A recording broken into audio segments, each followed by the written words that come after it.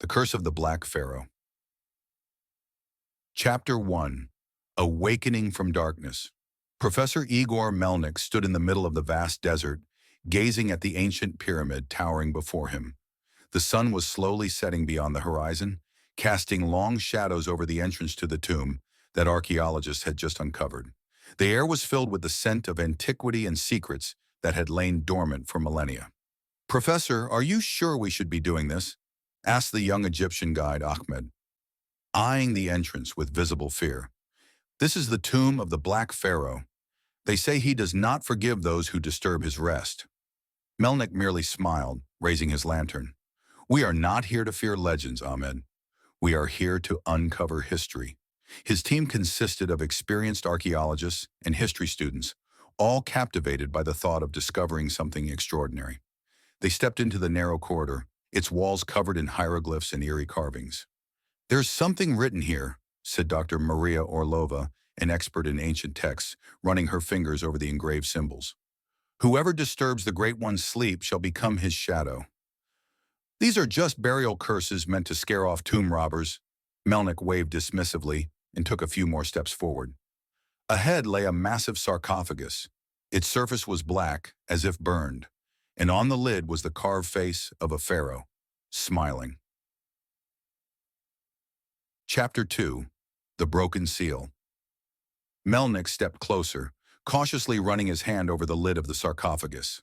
A strange chill enveloped him at the touch, despite the stifling heat inside the pyramid. "This is unique," he murmured. "The stone doesn't resemble any known material. Maria, can you decipher this inscription?" Orlova leaned over the symbols running along the sarcophagus. "It speaks of a seal." Her voice trembled. "Whoever lifts the lid shall unleash his wrath upon the world." Ahmed stepped back. "We must not do this. This is evil, Professor. Please don't open it." But Melnik, driven by his thirst for discovery, signaled to two of his assistants. They grasped the edge of the heavy lid and began to move it. The stone shifted with a grinding sound, and from the opening, a thick black mist emerged. "What the?" one of the archaeologists whispered, when suddenly something inside the sarcophagus stirred. From the darkness, a mummy emerged. But this was no ordinary mummy. Its eyes were open, glowing with a pale, eerie light. The lips, frozen in a sinister smile for thousands of years, parted, and a whisper in a dead language escaped them. The lanterns flickered, and a prolonged creaking sound filled the air, like ancient chains breaking after an eternity of imprisonment.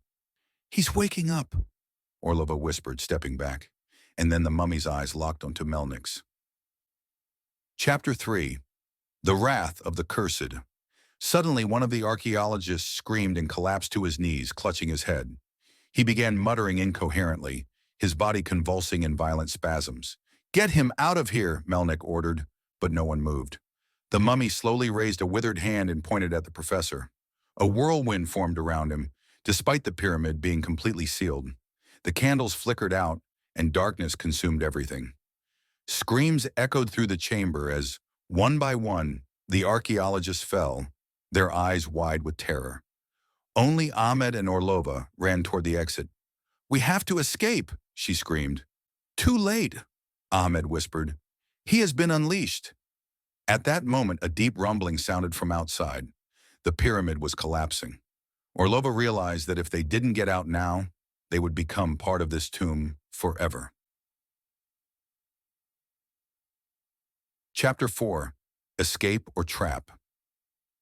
Ahmed and Orlova dashed toward the exit, barely dodging the falling stones. The air grew thick with dust, choking their lungs.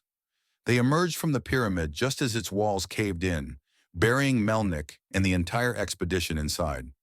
Silence fell over the desert. But when Orlova looked at Ahmed, her blood froze. His eyes were glowing with the same eerie pale light. "Ahmed," she whispered. He slowly raised his hand and uttered words that echoed through the empty wasteland. "The curse is fulfilled. He will return." The wind rose, swirling the sand into a vortex, and in its howl, a whisper emerged from the depths of the pyramid. "This is only the beginning."